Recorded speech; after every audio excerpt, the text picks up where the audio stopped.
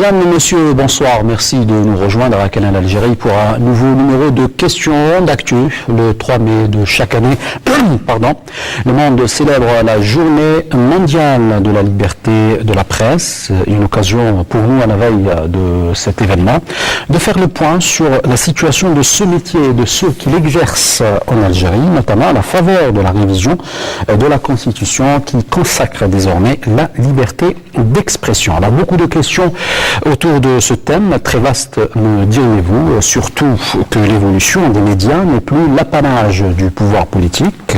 Elle semble obéir à de nouveaux facteurs comme celui des TIC et du monde des affaires. Alors, pour débattre ce thème, nous avons le plaisir de recevoir avec nous ce soir des professionnels du secteur. Il s'agit sans plus tarder de M. Ilyes Djeraoud. Vous êtes directeur de la rédaction du journal Horizon. Merci d'être avec nous ce soir. C'est moi qui vous remercie. Bonsoir.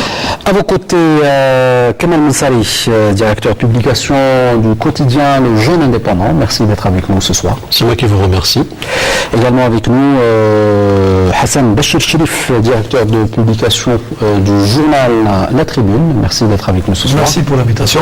Et à vos côtés, Abdelmajid Bekouch, conseiller du ministre de la Communication. Merci d'être avec nous ce soir. C'est moi qui vous remercie. Alors, on ne peut pas évoquer la condition de la liberté de la presse, Hassan Bachir Chérif, en Algérie, sans évoquer l'avancée substantielle et inédite de la loi fondamentale qui consacre désormais la liberté d'expression en Algérie, un acquis dont l'enjeu apparaît clairement dans le message du chef de l'État aujourd'hui. Écoutez, le message du chef de l'État aujourd'hui, qui s'adresse comme chaque année au monde de la corporation, il vient conforter la pensée linéaire de son Excellence le Président de la République concernant le rôle de la presse dans la sphère du pays et son rôle primordial par rapport à la mise en place d'une opinion, même pas sur l'électoral, l'opinion publique, etc. Autant il y a une années, il avait attiré l'attention sur, ainsi que pour les partis politiques, de faire très attention à l'intrusion du monde de l'argent dans la corporation, en demandant de veiller à l'indépendance de la presse, bien que nous dirigeons des entreprises privées. Autant cette année, il a d'abord mis en valeur le fait que dans la Constitution, c'est un acte concret qui est maintenant marqué d'un sceau indélébile concernant la préservation de la liberté d'expression, mais surtout il a mis en exergue deux problèmes majeurs, de dire attention, la presse a un rôle important à jouer par rapport à la crise économique et ce qui nous menace par rapport au fléau du terrorisme et de la crise économique. Et surtout, il a quand même rendu hommage à la presse nationale, tout tendances confondues. Il y a, la phrase est à souligner, c'est qu'il a rendu hommage d'abord aux martyrs de la presse, et il a rendu hommage à cette presse qui a combattu les actes de ruse et qui a combattu les dérives de la prise en main de notre religion et des dérives d'un certain nombre de responsables ou de partis IE, toutes tendances confondues. Je crois que le deuxième message, c'était par rapport un peu au mouvement et à ce qui se passe dans la presse un peu partout dans le monde, il a conforté la loi sur l'information pour la mise en place très rapidement de structures. De structures, à savoir la commission de l'audiovisuel et l'autorité de régulation et la commission d'éthique, en nous demandant de faire montre de célérité pour nous auto-organiser, afin que progressivement nous puissions être les gens de la corporation d'information, journalistes, éditeurs, corps de métier, photographes, etc., chauffeurs de production, à nous autoréguler de manière libre, indépendante, et par bien sûr la voix des urnes, afin que plus personne ne puisse s'ériger maintenant, soit en donneur de leçons ou leader d'opinion. Alors, on reviendra sur les différents aspects que nous allons aborder lors de cette émission, mais pour rester un peu dans ce message, autre point à aborder, qui est jugé très important aussi, Medjid Boukouche, c'est le paysage médiatique dans lequel les journalistes exercent aujourd'hui leur métier. Alors, le président de la République, Abdelaziz Bouteflika, s'est dit le monde actuel marqué par la tyrannie des plus forts qui œuvre à minimiser, à dévaloriser tout ce qui va à contre-courant de leur vision et de leurs intérêts. Oui. Le message du président est clair à ce propos, puisqu'il s'agit d'une référence à ce qui se passe dans le monde, à l'hégémonie des grands médias à l'échelle mondiale qui essayent d'imposer une certaine vérité, plutôt une justice internationale de 2 poids 2 mesures, et l'incapacité des médias locaux de riposter lorsque des intérêts nationaux sont menacés par ces mêmes médias. Je crois que le rôle aujourd'hui des médias algériens, privés et publics, confondus, est de s'inscrire dans une optique de préservation et de défense et de promotion des intérêts de l'Algérie quand ces intérêts sont menacés, spécialement dans cette conjoncture où à nos frontières des menaces sont évidentes, où des escarmouches de ça et là nous parviennent et dont nous connaissons très très bien les origines. Alors, Kamel Messari, doit-on garder les mêmes réflexes, voire la même conception du métier quand nous faisons face à de tels défis? Bien évidemment, il faudrait agir en conséquence, c'est-à-dire s'y préparer et bien évidemment faire attention. C'est-à-dire que la manipulation est grande et ceux qui ont les moyens de faire valoir leur théorie ou leur politique s'attellent à faire en sorte à ce que leur intérêt prime ou que soit leur discours soit le plus dominant. Mais moi, dans le discours, ce qui m'a attiré mon attention, c'est surtout le fait que le président, le chef de l'État, veille à la promotion de la corporation et de la presse en général. Comment je la vois, moi, personnellement? Je la vois en tant c'est-à-dire que l'État devrait, ou que ce soit le gouvernement plutôt, à aller vers mettre en place tout ce qui doit réguler la corporation, que ce soit par les lois d'application, ou que ce soit, comme il a été signalé, par l'autorité de régulation et par d'autres mécanismes qui iront à la fin aboutir vers la mise en place d'une déontologie. Parce que c'est la déontologie et l'éthique qui feront en sorte à ce que le métier soit vraiment balisé et ficelé et que le professionnel lui-même arrive à savoir se mettre, comme on dit, s'autogère, comme il a été précisé. Et qu'on arrive à terme à créer ce qu'on appelle ce contre-pouvoir. Le contre-pouvoir qui n'est pas l'opposition, mais un contre-pouvoir qui est accompagnateur de la démarche de l'État et du gouvernement. C'est-à-dire qu'il soit un accompagnateur et qu'il soit un partenaire. C'est-à-dire que la presse devient véritable partenaire, non pas pour encenser une politique par rapport à une autre, ou pour une démarche par rapport à une autre, mais d'être un véritable veille, un organe de veille, un organe qui attire l'attention sur ce que tout ce qui marche dans la société. C'est ça l'objectif essentiel que je comprendrai à travers ce discours. Mais est-ce que vous trouvez que le front médiatique intérieur est solidaire, uni face aux attaques des médias étrangers? Il y a certains... Ce l'enjeu n'est pas là quelque part.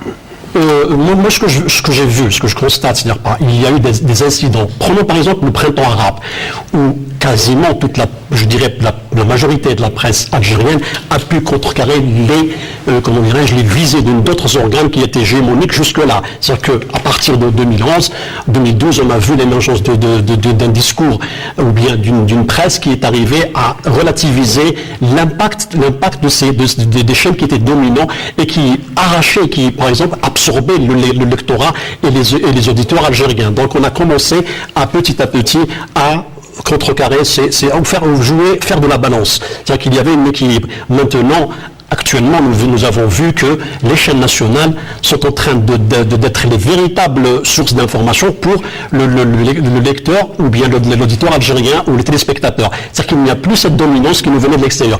Par rapport aux défis, bien évidemment, nous sommes en train de développer un discours qui est différent. C'est-à-dire qu'il y avait pratiquement un seul de cloche qui nous parvenait, pas les moyens de filtrer, mais avec l'émergence des télévisions algériennes, nous avons pu constater que depuis 2 ans, qu'il y a quand même des chaînes qui s'imposent et qui font le contrepoids, qui font le débat, qui participent à éclairer l'opinion publique sur les questions dont vous faites référence. Alors, Ilyas Jarroud, je vous pose la même question toujours autour de ce défi qui nous vient de l'extérieur, lorsque l'Algérie est ciblée par des campagnes médiatiques, comme ça a été le cas récemment. Alors, comment doit-on concevoir le journalisme dans ce cas-là? Moi, je pense que le président a bien situé le problème en parlant et en rendant hommage au journalisme algérien qui a toujours été un journalisme de combat. Un journalisme de combat pendant la guerre de libération. Engagé, oui. Un journalisme de combat contre le terrorisme pendant la décennie tragique des 90 et qui doit être aujourd'hui un journalisme de combat pour défendre justement le pays, parce qu'aujourd'hui c'est le pays qui est en danger. Là, je pense que la presse algérienne dans son ensemble doit dépasser sa crise d'adolescence. Je pense qu'après 25 ans d'existence de pluralisme médiatique, on doit dépasser notre crise d'adolescence et aller vers l'essentiel et se prendre conscience des enjeux. La communication est devenue une véritable arme de guerre. On l'a vu dans le cas de l'invasion de l'Irak, on l'a vu dans le cas du printemps arabe. Et le drame, je dirais le drame, ce qui s'est passé en Algérie, c'est que, y compris notre presse, est sous l'influence des médias dominants. Dans ce monde bipolaire, il y a aussi un discours médiatique unique qui est sur la scène internationale. Et malheureusement, beaucoup de nos organes tombent dans le jeu. On l'a vu pendant la crise libyenne, au début de la crise libyenne, beaucoup de journaux algériens ont épousé les thèses étrangères qui avaient mis l'Algérie dans le viseur en disant que l'Algérie soutenait le régime de Saddam. Et aujourd'hui, on se rend compte qu'effectivement, la position algérienne, pas beaucoup. La position algérienne. Si tu permets, yes. La position. Pardon. La position algérienne, après quelques années, on se rend compte de la justesse de la position et des dangers qu'il y avait sur le pays. Je ne dis pas beaucoup, bon, c'est relatif. C'est clair. Mais une partie de la presse nationale, oui. Et une bonne partie des journalistes étaient sous l'influence des médias dominants et tenaient ce discours en Libye. Il s'agissait d'un printemps arabe. Qu'il s'agissait d'un printemps arabe et d'un changement au service de la démocratie. D'où la grande responsabilité. Ce qu'on appelle. Est-ce qu'on prend conscience de cet enjeu-là, comme on a un directeur de publication, je crois qu'aussi dans le discours, pour me permettre de faire la transition, je me suis j'étais coupé, le président fait référence à Sot l'Arabe dans son discours. Cette voix organique qui a porté la révolution et qui a transfiguré le combat de l'ALN et qui a été porté de Genève jusqu'à New York. Et juste après l'indépendance, la plupart des responsables qui ont mon âge actuellement, de la presse nationale, indépendante privée, sont les enfants de Sot l'Arabe, c'est-à-dire de Bachir Boumaza, de Mohamed Yazid à qui on a rendu hommage. Donc on a été imbriqué, formaté dans un image révolutionnaire. Ça, c'est la deuxième. Mais est-ce le cas de la nouvelle comme tu le dis si bien, est-ce que la configuration aujourd'hui de la presse est la même? Aujourd'hui, la configuration, c'est ça la responsabilité du journal. Aujourd'hui, la configuration de la corporation, c'est que tu dois lutter contre deux fléaux. Il y a, tout en rendant hommage aux gens qui sont sur le Viber, les réseaux sociaux, c'est les réseaux sociaux. Où il y a ça, c'est une autre perte. Et c'est cette influence qui est négative sur une bonne partie de l'opinion publique. Et à ce moment-là, il y a aussi... Pas seulement réduire juste aux réseaux sociaux, je pense pas seulement. Je pense pas que des journaux étrangers, on ne va pas les citer pour ne pas leur faire de la publicité, qui sont romains dans le suivi de leur action diplomatique. Ils se sont heurtés à nous, en tout cas à un nombre de responsables qui dirigent les journaux à une action diplomatique. Regardez, quand tu rencontres un ambassadeur aujourd'hui, il est étonné de découvrir un directeur de journal, un directeur de journal qui souvent est critique par rapport à l'État, au gouvernement ou au pouvoir, et il est étonné de voir quand il s'agit de problèmes de souveraineté et d'attaque en Algérie, c'est qu'il y a un parallélisme des formes et de fond. Ils sont complètement étonnés. Oui, moi, j'ai eu la chance. Ils ne devraient pas l'être parce que chez eux, c'est une règle quand les intérêts de l'État J'ai eu le plaisir de me retremper hier à Oran dans l'atmosphère de solidarité au Polisario à Razd. Eh bien, je peux vous dire que les images qui sont venues, télévision tout tendances confondues, ou les commentaires des jeunes journalistes, il était dans le fusionnel par rapport au combat libérateur. Maintenant, je voulais terminer sur ça. Écoutez, à la guerre comme à la guerre, aujourd'hui il y a des Sherpas dans un certain nombre de journaux qui sont domestiqués, fabriqués pour aller dans le contresens. C'est une bonne guerre. Deux événements ont marqué le combat de la presse, toute tendance confondue. Quand il y a eu le fameux match Algérie-Égypte, où on a insulté le drapeau national et on a atteint à travers des déliriums au Chouhal, etc. Comment la presse s'est érigée en seul homme, et le dernier épisode, ou l'avant-dernier épisode, parce qu'on va connaître encore des épisodes, quand le drapeau algérien a été brûlé au niveau du consulat d'Algérie au Maroc, où la presse s'est érigée comme un seul homme pour taper sur la table.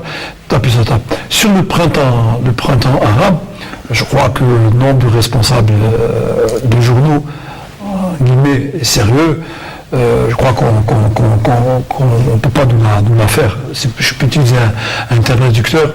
On lit le français, on connaît la problématique de la diplomatie française, on connaît le nom de leurs Sherpas, les grands philosophes, on connaît leur prise de position, on sait lire et décoder les messages au niveau des discours anti-algériens. Et croyez-moi que chacun a eu sa dose dans le nombre de jours. Mais moi, je voudrais revenir par rapport à la responsabilité. Allez-y, Medjid. Je ne pense pas que je vais rebondir sur une expression utilisée par mon ami Bachir Sherif concernant, quand il a dit c'est de bonne guerre. Je sais que c'est une expression figée qui peut parfois dire le contraire de ce qu'on pense. En fait, c'est une sale guerre. Parce qu'il est intolérable de savoir qu'il y ait des gens qui écrivent en algérien, je ne dis pas en français ou en arabe, en algérien, dans une presse algérienne, et qui aille à l'encontre des intérêts de l'Algérie. Les intérêts bien compris de l'Algérie. C'est intolérable, c'est une sale guerre, ce n'est pas de bonne guerre. Maintenant, qu'il y ait des journaux, des journalistes qui comprennent et qui entendent bien pratiquer leur métier de journaliste, c'est-à-dire critiquer objectivement et sereinement ce qui ne va pas en Algérie, en pointant le doigt sur ce qui doit être corrigé, sur les carences, sur les lacunes de la gestion et de la gouvernance, c'est normal, c'est tout à fait normal, c'est le propre d'une presse. Maintenant, ce que peut-être entend le président à travers un de ses paragraphes dans son discours, c'est qu'il a formulé un cri ou un appel de ralliement de cette presse qu'il entend voir se laisser fédérer, se laisser embrigader et fédérer quand il s'agit de défendre et de promouvoir les intérêts de l'Algérie. Voilà ce que je voulais dire. Mais pour revenir à la question de responsabilité, autre chose. Lorsqu'il y a eu les événements du 11 septembre 2001 aux États-Unis, on a vu apparaître le Patriot Act où les journalistes eux-mêmes ont tous pris, toute la presse américaine, dans son ensemble, a pris le même discours. Elle a épousé le discours officiel face à ce qu'elle s'appelle le terrorisme. Donc il n'y a pas eu de cafouillage ou de double jeu. Donc toute la presse américaine, elle s'était montrée derrière son gouvernement parce qu'il y avait ce qu'on appelle un danger national qui menaçait toute la sécurité du pays. Il y a eu ça. Aucun journaliste n'est venu dire pourquoi, parce qu'il y avait l'intérêt national. Justement, quel média et en plus, les Américains se montre comme Mais c'est quel le phare média du monde en matière de démocratie, de liberté de Là, la c'est un presse. rapport de force aussi quand même. Saré, quel média dans le monde peut rivaliser avec la puissance médiatique américaine? Voilà la question. Bien évidemment, on ne peut pas, mais à notre niveau national, il faudrait qu'on soit, c'est-à-dire par rapport à des menaces ou par rapport à des dangers, par rapport à des défis, il faudrait qu'on se fasse la même chose. C'est-à-dire, eux, ils ont leur propre raison et ce qui a fondé leur politique, nous aussi à l'intérieur, il faudrait arrêter de se voir, d'être toujours complexé ou de voir que l'autre a raison, que nous pas, que l'autre a les moyens et que nous ne les avons pas. Il faut arrêter, nous sommes égaux. C'est-à-dire que moi, le journaliste américain, moi, nous sommes réunis par les mêmes principes et régis par les mêmes codes et les mêmes règles. Donc lorsqu'il s'agit de... Et ça revient à la formation du journaliste. Si on a quand on forme des journalistes, on les forme pour qu'ils deviennent professionnels. Et ils ont tous les rudiments devant eux en matière de déontologie et d'éthique. Ils n'ont plus de problème de savoir ce qui est faux, ce qui est vrai. Et bien sûr, l'intérêt national peut primer parce que forcément, vous êtes Algériens. On peut pas, par exemple, écrire que ce qui se passe en Libye va se répercuter sur l'Algérie ou utiliser un événement comme Tigane Tourin pour dire que ça va se retourner contre l'économie nationale. Il y a la responsabilité. Donc il faudrait, soit on est embrigadé, soit on est journaliste. Et lorsqu'on va vers l'embrigadement et le travail partisan, ça devient plus du journalisme, on est dans un autre schéma. Et à ce moment-là, il ne faut plus se dire qu'on est journaliste. Alors, une loi organique en 90, une deuxième en 2012 et probablement une troisième à la faveur de la nouvelle constitution. D'abord, quelle évaluation peut-on faire du parcours des médias en Algérie, de la presse libre surtout, depuis les années 90 jusqu'aujourd'hui? Vous disiez tout à l'heure qu'on est sorti, qu'on doit sortir. On doit sortir de la... D'abord, il y a adolescence. Une crise d'adolescence de la presse. Effectivement, la presse nationale, dans son pluralisme, je veux dire, dans son expression plurielle, elle n'a que 25 ans. Si mes calculs sont bons, c'est 25 ans. 25 ans, un quart de siècle, c'est le bel âge. Je pense qu'aujourd'hui, on doit dépasser le nombre, c'est-à-dire la quantité, pour aller vers la qualité. Je pense qu'aujourd'hui, l'étape qu'on doit se fixer comme objectif, c'est de passer de la quantité, c'est-à-dire de cette floraison de titres, et éventuellement de télévision aussi, puisqu'il y en a un certain nombre, même si elles ne sont pas toutes agréées, et aller vers peut-être des télés et des médias, c'est-à-dire tous secteurs confondus, de qualité. Alors, de prime abord, est-ce que les conditions et le cadre juridique s'y prêtent? Les conditions et les cadres juridiques, le cadre juridique, je pense qu'il existe, bien qu'on entend encore les lois d'application, les textes d'application des différentes lois. Il faudrait d'abord que ces textes d'application soient là pour qu'on puisse dire est-ce que l'arsenal législatif est vraiment adéquat. Au niveau des moyens, je pense que oui. Aujourd'hui, les entreprises, je m'excuse, il y a un ami qui me faisait une remarque en me disant que la presse algérienne est peut-être la seule presse au monde où on a créé des titres avant des entreprises. Parce qu'en général, c'est des entreprises qui créent des titres. Or, chez nous, on a créé des titres avant de mettre en place des entreprises dignes de ce nom. Je pense qu'aujourd'hui, les entreprises commencent à... M. Bachir fait là, il est patron de presse, il pourra peut-être nous éclairer. Les entreprises se mettent en place. À partir de là, si l'entreprise dans toutes ces structures existe, pourquoi ne pas aller vers cette presse de qualité? Pourquoi ne pas passer à cette la transition très rapidement. On va s'en arriver au cœur du débat. Dans le discours du président, il nous demande d'être, pour conforter un peu Simagid, d'être du lanceur d'alerte. Un lanceur d'alerte, c'est quelqu'un qui attire l'attention de l'opinion publique sur une dérive de corruption, de népotisme, de tribalisme, etc. etc. Et aujourd'hui, on est face à des lanceurs de diffamation. Si vous me demandez l'état de la presse aujourd'hui, la naissance de la presse est un acquis. Un acquis de journalistes, toute tendance, qui étaient en partie unique et qui ont décidé de sortir de ce couvercle, de foutre le couvercle et mettre en place des journaux dits indépendants. Or, les pouvoirs publics, c'est à leur heure, ont accompagné ce mouvement de la presse indépendante, en demandant cette presse indépendante de se structurer économiquement avec des aides à la presse très très très conséquentes. de 90 à pratiquement 94, Pardon, 95. est-ce que le concept d'indépendance a vraiment un sens dans le cadre de la presse? Attends, je vais te Vous parlez vraiment d'indépendance. 80, 90. Aujourd'hui, 25 ans et un peu plus, ces entreprises, ces journaux indépendants, en fait, ils ont un socle d'entreprises et d'entreprises privées. Et l'entreprise privée, au niveau de l'économie libérale ou une économie tout courte, les propriétaires, leur job, c'est de gagner de l'argent. C'est clair, net et précis. Alors, on s'est trouvé à une césure, à des gens qui ont continué le combat de l'indépendance, des prises de position, etc., et des gens qui ont commencé à fructifier de l'argent. Et pour aller dans le cœur du débat et de l'actualité, aujourd'hui, sur la loi de l'information, c'est dommage. Moi, je n'ai pas participé. C'est les chantres de la démocratie, pour certains qui ont participé à l'élaboration de la loi en 2012. Or, dans leur volonté de garder les monopoles, dans leur volonté de ne pas laisser d'émergence de nouvelles générations, de nouveaux journaux, ils ont créé du verrou.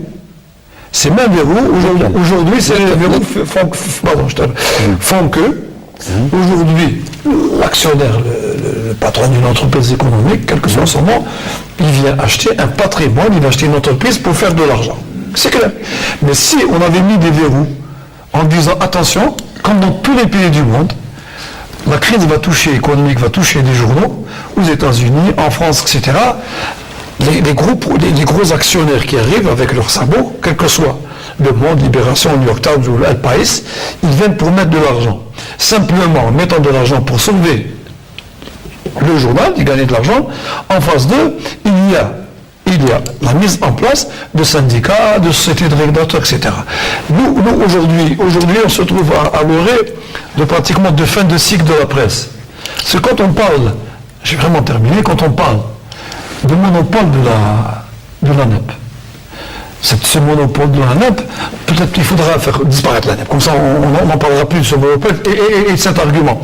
De l'autre côté, il y a des lobbies du privé. Oui, mais la presse qui aujourd'hui, si tu fais, pour vous dire Agnès, si tu fais un acte de mauvaise gestion et tu n'as pas su prévoir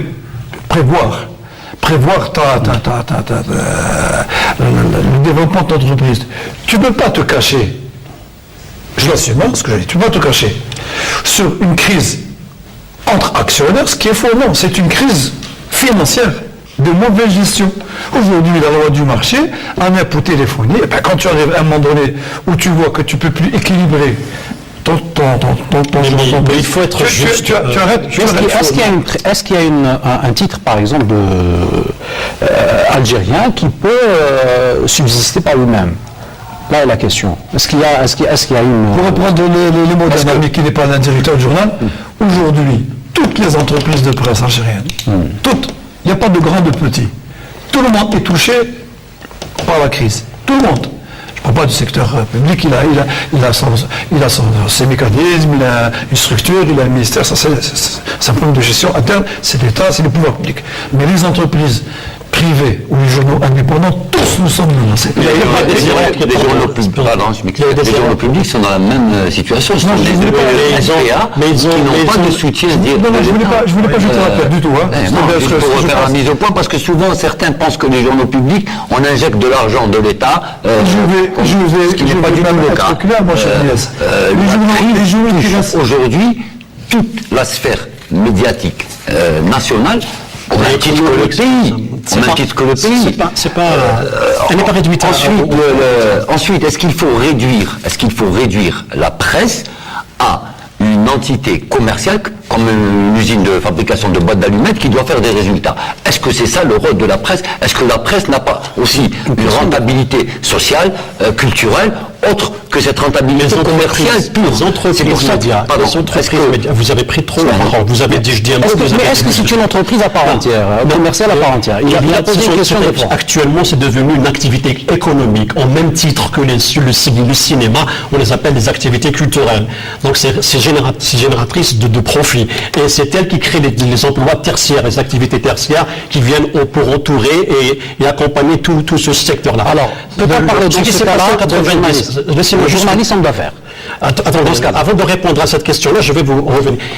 En 90, c'est-à-dire que la loi a précédé les entreprises. C'est-à-dire que les gens qui ont créé les journaux étaient à l'origine des journalistes, mais pas des managers, mais pas des entrepreneurs. Pas des managers de médias, c'est-à-dire qu'ils étaient des journalistes qui ont pris 300 années de salaire pour créer le journal, et avec les moyens de bord et avec l'expérience qu'ils avaient. Actuellement, nous avons vu des chaînes de télévision apparaître sans loi. C'est comme si on avait créé un terrain de maison, comment dirais-je, fondamé. Alors à ce moment-là, c'est à ce moment-là que on a mis en place les lois pour un petit peu réguler ce secteur-là. Mais en réalité, une entreprise média actuelle, qui soit en Algérie, partout dans le monde, elle doit faire des profits. L'information n'est qu'un contenu Est-ce en qu'on peut vente. concilier les deux? Cette vocation d'être journaliste, Vous pouvez la concilier comment? Vous pouvez la concilier par votre professionnalisme, par la véracité de votre information, du contenu, par le respect de la théologie, le respect des lois. Ce sont tous ces mécanismes-là, tous ces segments-là que vous devez mettre en place. Mais à l'origine, vous devez faire du Allez-y, Medjid, on donne la parole à Medjid. Un instant. Mon cher ami, j'ai indépendant, pour percuter le mot percuter d'un ami commun. Ce que j'ai dit au début de l'intervention, l'État algérien, les pouvoirs publics ont mis en place des mesures d'accompagnement des premiers journaux qui sont donc ils sont structurés, ça fonctionne bien. Aujourd'hui, la question elle est claire.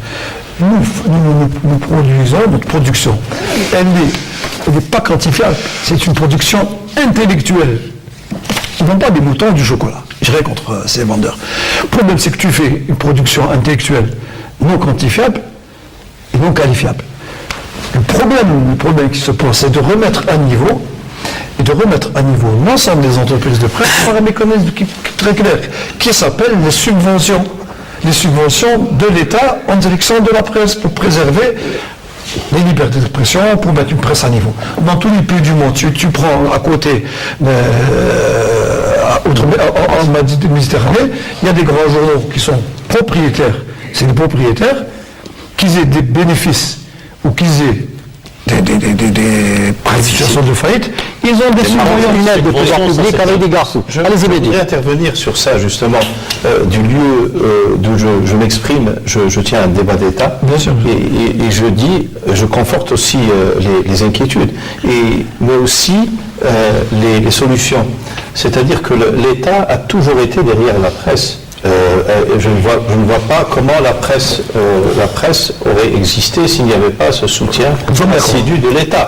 Maintenant, comment structurer le soutien en dehors de la publicité? La formule adviendra un jour lorsque les journalistes et la corporation en général sera suffisamment organisée pour aller vers l'État avec des associations. Est-ce que faut-il revoir la législation? mettre un cahier de charge, elle pourrait mettre un cahier de charge comme au Japon.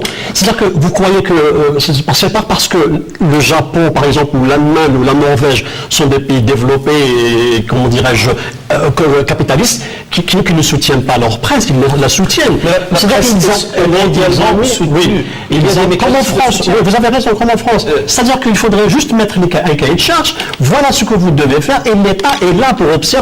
Si le cahier de charge est respecté, c'est à ce moment-là, lorsqu'il donne des subventions par rapport à ce cahier de charge, et en plus l'État est là pour observer, réguler cette activité. Mais maintenant, à part la publicité, c'est vrai qu'on n'a pas d'autres sources de financement, peut-être d'autres ventes, mais à part la publicité, il n'y a pas d'autres entrées sur lesquelles pourrait consommer la presse. C'est que dans ce débat, pas le débat qui est le nôtre aujourd'hui, mais dans le débat concernant le devenir de la presse et des médias en général, il y a une nécessité de mettre un terme à une certaine cacophonie, pour qu'on puisse s'entendre parler et s'entendre se proposer mutuellement les solutions les uns aux autres, c'est-à-dire le pouvoir public d'un côté et les professionnels des médias de l'autre.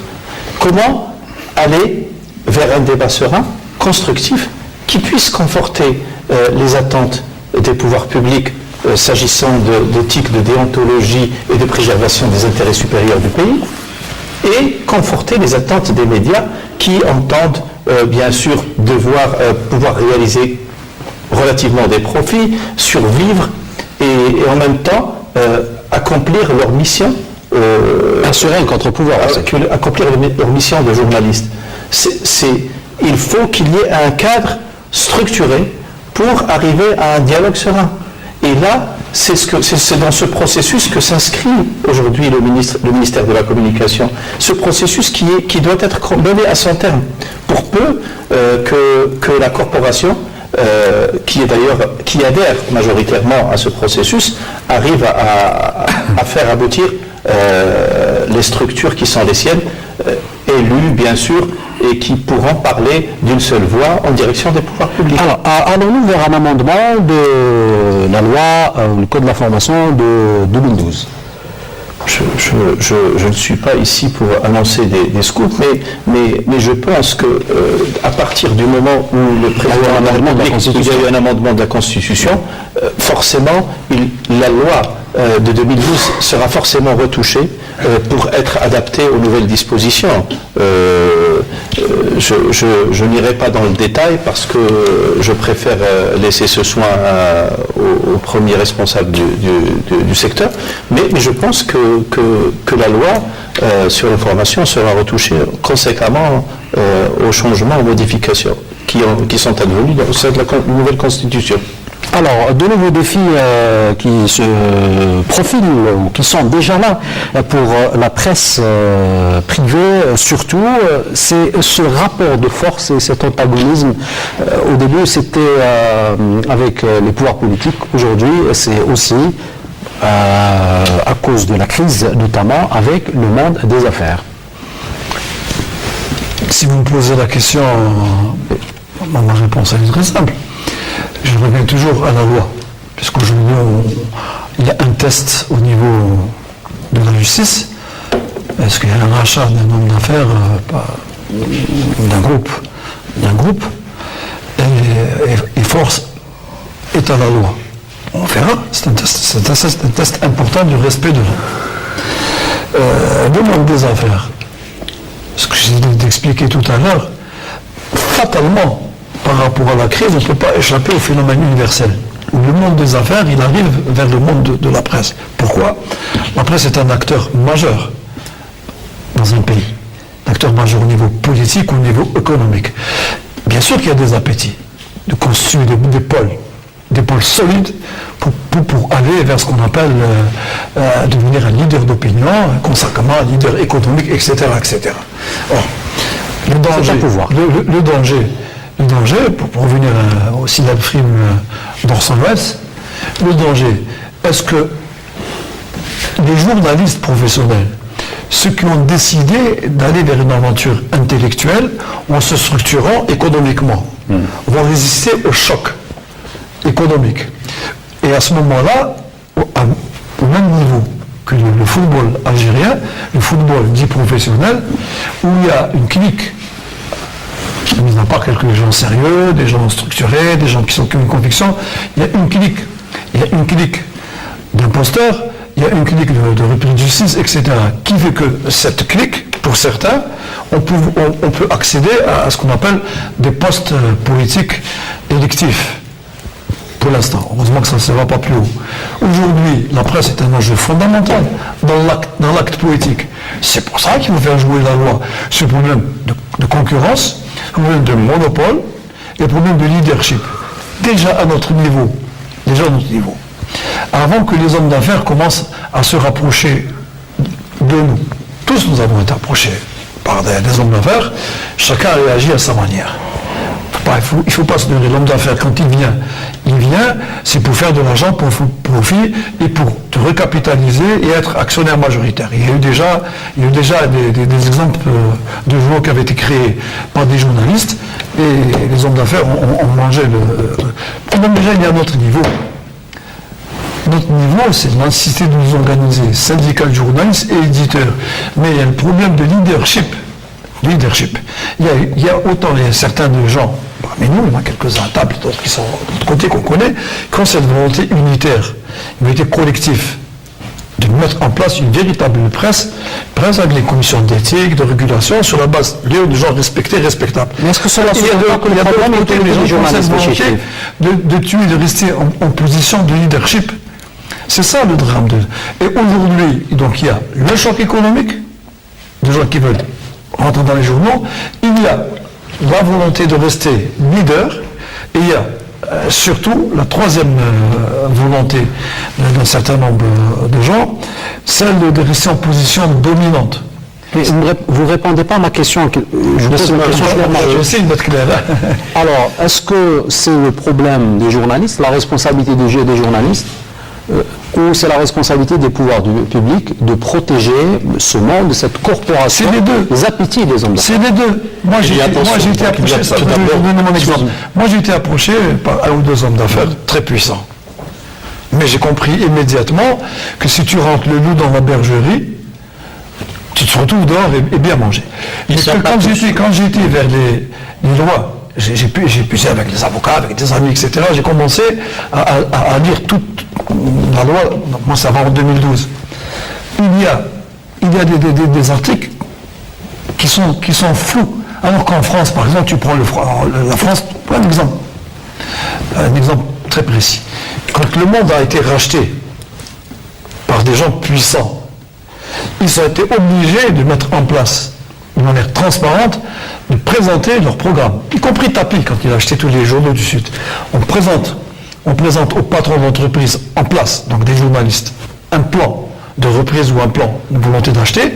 Et en France, ils sont structurés avec des sociétés de rédacteurs, avec une minorité de blocage, et cette minorité de blocage donc en tant qu'elle voit...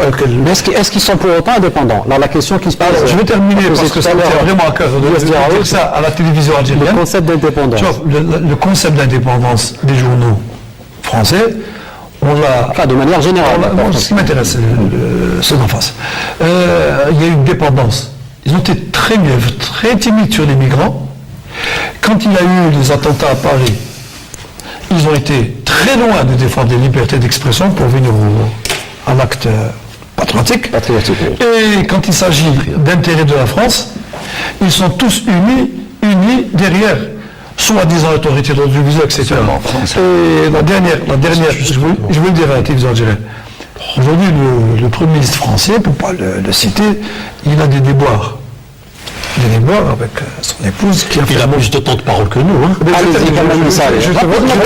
Il y a plusieurs... La presse algérienne, tu vas faire une bêtise. La presse française a défendu les intérêts de son Premier ministre. Alors, c'est comment vous savez? Je crois que déjà pour revenir à votre question, s'agissant des investisseurs et des hommes d'affaires, ou le poids des gens qui ont de l'argent. Déjà la loi les autorise, bien sûr, pour l'audiovisuel, l'article 45 fixe 40% dans le capital. Et ça ne veut pas dire que tous les hommes d'affaires sont mauvais. Il y a des gens qui sont nationalistes quand même, ils sont propres, et qui peut-être ont l'amour du métier comme ils ont l'amour du pays. Et ceci dit, moi, pour revenir à ce que déjà dénonçait le ministre de la Communication, les journalistes, quand ils étaient à la tête des journaux, ils n'étaient pas tous des anges descendus du ciel. Ils n'ont pas tous fait en sorte à valoriser leurs journalistes. Beaucoup se sont enrichis sur le dos de leurs collègues. Donc il ne faudrait ne pas oublier ça. Donc l'homme d'affaires, quand il vient, il est riche, il n'a pas besoin de vous pour s'enrichir, déjà d'un côté. Et de l'autre, il faudrait bien évidemment que tout soit fait, balisé par les lois. Tant qu'il y a les lois, et tant qu'il y a aussi les journalistes qui sont capables de faire face à ce genre de situations aux hommes d'affaires. Bien évidemment, le métier est devenu très compliqué actuellement avec les nouvelles technologies, avec les nouvelles défis qu'il y a. Il faut de l'argent. Et actuellement, avec la crise, les journaux, beaucoup de journaux, beaucoup d'entreprises médias n'ont pas suffisamment de ressources financières pour répondre à ces défis et pour pouvoir se développer, pour pouvoir recruter, pour pouvoir s'élargir. Donc c'est l'État qui doit le protéger? Donc, soit, comme je l'ai dit tout à l'heure, soit l'État intervient avec un cahier de charge et avec des subventions, soit, si elle ne fait rien, bien évidemment... Mais là, en parlant d'indépendance, elle les défend par la loi. Et en plus, il y a aussi les lignes éditoriales. Donc, s'il y a des journalistes qui sont syndiqués, qui peuvent résister aux puissances de l'argent. Donc, si par exemple, Arabarab aujourd'hui ou demain quelqu'un d'autre veut s'accaparer d'un journal, si les journalistes se laissent faire, c'est leur problème. Mais l'État, comme je reviens encore une fois à l'État, au rôle de l'État, c'est à travers les lois, à travers l'État régulateur, hein. à travers, oui, comme je l'ai dit, à travers des cahiers de charges et à travers surtout ce qu'on appelle favoriser l'autorité de régulation et favoriser la déontologie et l'État. Allez-y, Elias. Moi, je pense que le problème n'est pas trop l'arrivée des hommes d'affaires dans le milieu des médias. Ça s'est fait ailleurs. Le problème c'est la création de monopoles ou d'oligopoles, comme ça s'est fait aux États-Unis, où 6 groupes contrôlent pratiquement 90% des médias, comme ça se fait en France, où une dizaine de groupes contrôlent tout. Le problème, et le risque est là, n'est pas trop dans la présence de l'argent. C'est vrai que dans la situation actuelle du pays, dans la crise actuelle que vivent la plupart des médias, un apport d'argent frais est le bienvenu. Bien sûr. C'est pas ça le problème. Le problème n'est pas l'arrivée. Après, effectivement, il y a le rôle de l'État pour arriver à des lois peut-être antitrust, arriver à des autorités de régulation qui empêcheraient des oligopoles ou des monopoles. Là, c'est ça le problème de fond. Pour le reste, l'indépendance de la presse, bon, est-ce qu'elle a un jour existé? Je ne sais pas, parce que qui paye commande, en vérité. Indépendance par rapport à qui? Par rapport à quoi?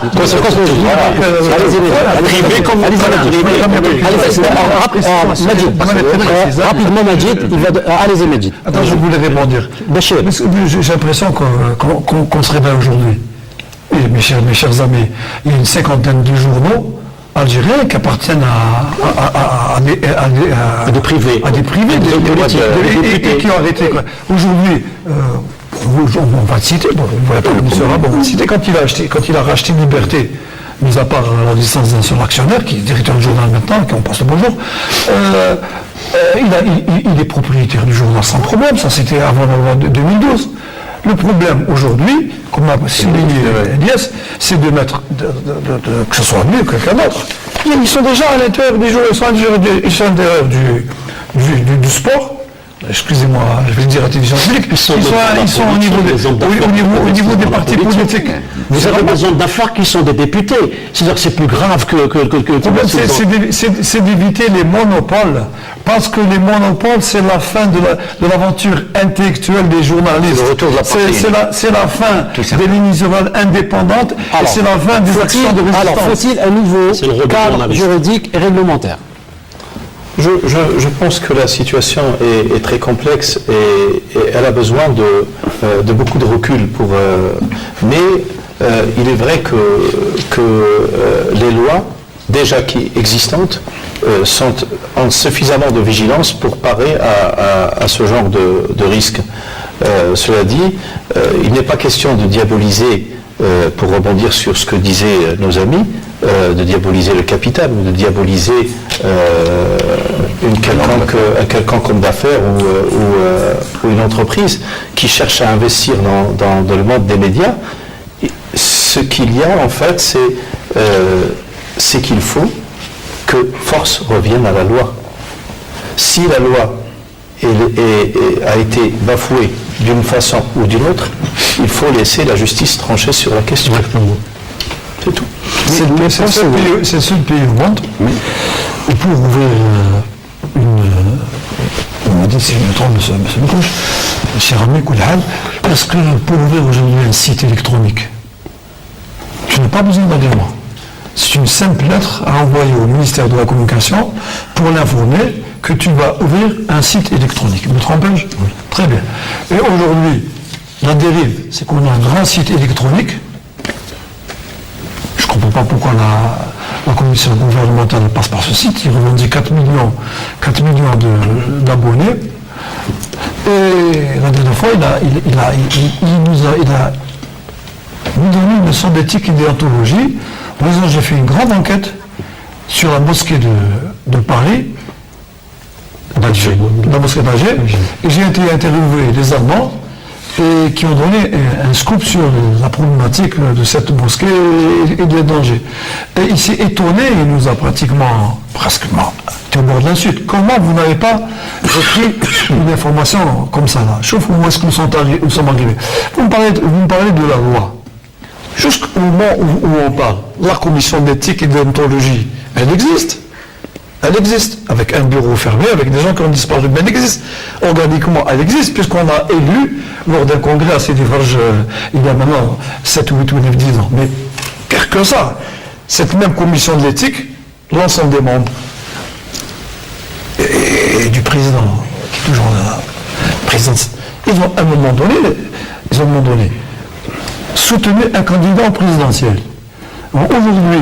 Aujourd'hui, quelle est la commission d'éthique qui peut arrêter une dérive de diffamation sur la vie privée ou des informations alarmistes? C'est ça le rôle de l'État. Alors, vous me relancez sur une question très importante aussi, c'est le rôle des autorités de régulation. Alors, 4 ans après 2012, les autorités ne sont toujours pas opérationnelles, du moins pour l'instant. Je pense que pour l'autorité de l'audiovisuel, il est question de quelques semaines, voire de quelques mois avant la fin de 2016 pour voir advenir cette autorité avec les structures qu'il faut. Il faut rappeler que l'autorité de l'audiovisuel a un membre qui est nommé par le président de la République. En revanche, concernant l'autorité de régulation de la presse, je ne pense pas qu'il faille compter sur un jour sur sa création, puisque c'est ce qui est en porte-à-faux. La nouvelle elle est en porte-à-faux par rapport aux dispositions de la nouvelle Constitution, donc qui appelle aussi des réaménagements de la loi sur l'information et donc de la disparition conséquemment de l'autorité. D'ailleurs, dans le message du président de la République, on ne trouve pas d'autorité de régulation de la presse écrite. Voilà. Par contre, on parle de l'arabe. Kamal Salih. Actuellement, parce que, bien évidemment, parce que le secteur est toujours anarchique, donc tout le monde le sait, donc il faudrait après, mais il faut tout d'abord attendre les lois d'application de la loi sur l'audiovisuel. Donc on les attend toujours. Donc pour que les gens sachent exactement, tous les chaînes de télévision sont toujours de droit non algérien, étranger. Jusqu'à présent. C'est inédit dans le monde. Hein? C'est inédit. C'est inédit. Je vous ai dit tout à l'heure, on a créé des comment dirais-je, des bidonvilles. C'est presque comme les cas de bidonvilles. Après, on les régularise. Des gens construisent à n'importe comment. Et puis, on s'est répondu à une certaine urgence par rapport au printemps arabe. Parce que c'était le printemps reconquérir notre espace médiatique. Il fallait après le discours de janvier 2011 du chef de l'État, il y a eu cette volonté du chef de l'État d'ouvrir le champ individuel et les gens se sont mis de facto, c'est-à-dire que de fait accompli. Maintenant, il faudrait que les textes d'application qui peuvent poursuivre la loi sur l'audiovisuel soient mis en application pour que tout le monde sache dans quel cadre travailler et en plus, à ce moment-là, on viendra à l'autorité de régulation qui devra faire preuve d'arbitrage. Elle est là justement pour modérer le secteur. Et bien évidemment, pour que le cas, comme nous l'avons cité tout à l'heure, ne se reproduise pas, parce que c'est à l'autorité de régulation de recevoir désormais les dossiers et tout. Donc, on aurait évité le cas dont on parlait tout à l'heure, celui de leur rachat par le groupe Khabar. C'est ce vide-là qui a créé cette situation. Et bien évidemment, les membres ne sont pas encore, peut-être, moi j'ai entendu que devait se faire en juin, donc je ne sais pas si ça va se faire en juin, et le chef de l'État doit désigner, le Parlement devrait nommer son représentant, y compris le Sénat, donc voyez-vous, donc tout ça, mais ce n'est pas ça le plus urgent, ce sont les textes d'application. Il faudrait assainir le secteur. Il y a 50 chaînes, et tout le monde travaille d'une manière, bien sûr, on ne les voit pas tous, on ne voit que quelques dizaines, il y a 50 chaînes, comment sont-ils en train de travailler, comment recruter les gens? Il paraît qu'il y a même des chaînes de télévision qui ne payent pas d'impôts, l'employé, il est comment? Moi, j'étais directeur d'information d'une chaîne de télévision privée, j'étais recruté par une boîte de production dans mon contrat, c'est une boîte de production, ce n'est même pas la chaîne qui m'a recruté. Donc il faudrait que tout le monde, il faudrait revenir au texte d'abord. Tu m'as interpellé en toute amitié. Rapidement, parce qu'il ne reste pas beaucoup de temps, Bachir. Sur les déboires de la gestion. Je suis gestionnaire tous les matins, je suis pour respecter la loi. Moi, quand je vais aux impôts, on ne fait pas de cadeaux, tant mieux. Mais Femme est comme un prédicateur d'une télévision de droit international. Quand on clique chez lui, il y a 5 millions de téléspectateurs qui cliquent pour le voir. Lui, il est le deuxième prédicateur dans une autre télévision. Et il a monté ce qu'on appelle un call center. Et protocole sanitaire, il faut passer par ce centre d'appel. Un centre d'appel, il faut passer par un centre d'appel où on te choisit. À chaque fois que tu appelles, tu payes. Donc il a des milliers et des milliers de gens qui l'appellent et puis il choisit.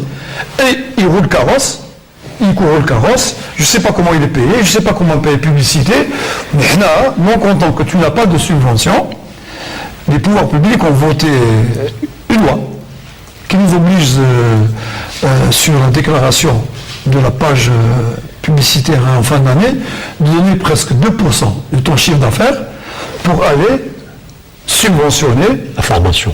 la formation, il n'y a pas de problème, j'accepte. La formation, plus les 2 autres ou 3 autres pourcents pour l'aide au cinéma. J'aurais voulu, contrairement, que ce soit le ministère de la Culture qui vote une loi pour aider à 3%. Là, pour aborder dans ce que tu viens de dire, sans que je constate, moi, donc, de directeur de publication d'un journal privé qui est premier à 25 ans de parcours, et qu'on a formé des armées, des contingents de journalistes qui sont éparpillés partout dans toutes les chaînes de télévision, et certains d'entre eux sont au ministère de la Communication, et que ces journaux comme le vôtre et que le mien, qui ont contribué à la formation de journalistes, qui ont payé leurs impôts, qui ont tout fait pour être conformes aux lois, sont aujourd'hui, font face, et qu'on ne dise pas que il y a changement parce qu'il y a la technologie qui est en train de menacer le genre. Ça, c'est faux. C'est un autre débat. C'est parce qu'il n'y a pas eu de justice. C'est-à-dire que voici les journaux qui sont en train d'apporter une plus-value dans le secteur, sont marginalisés ou n'ont pas le soutien qu'il faut. C'est-à-dire que si moi je suis en train de former un journaliste, je le forme gratuitement.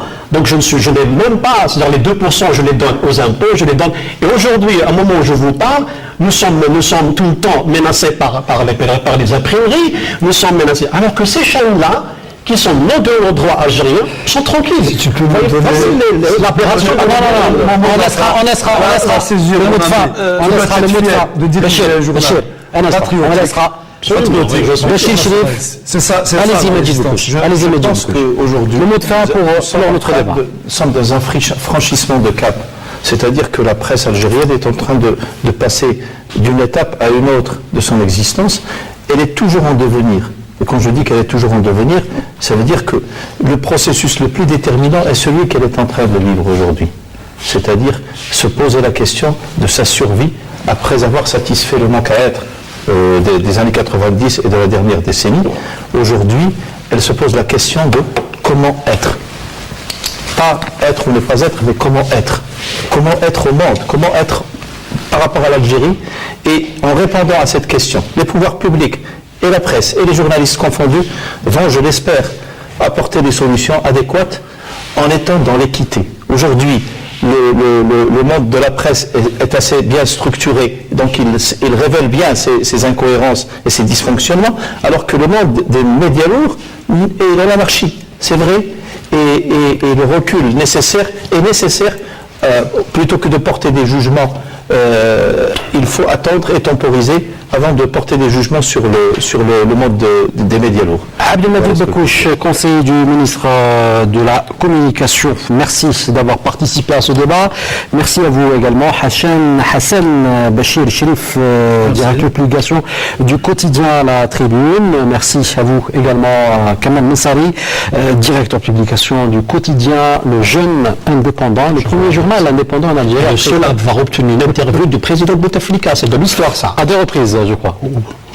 Une seule fois. Et merci à vous également, Lies Djaraoud, directeur de la rédaction du journal Horizon. Merci à vous également, madame, monsieur, de nous avoir suivis. On espère vous retrouver la semaine prochaine pour un nouveau débat de questions d'actu. Je vous dis au revoir et bonsoir.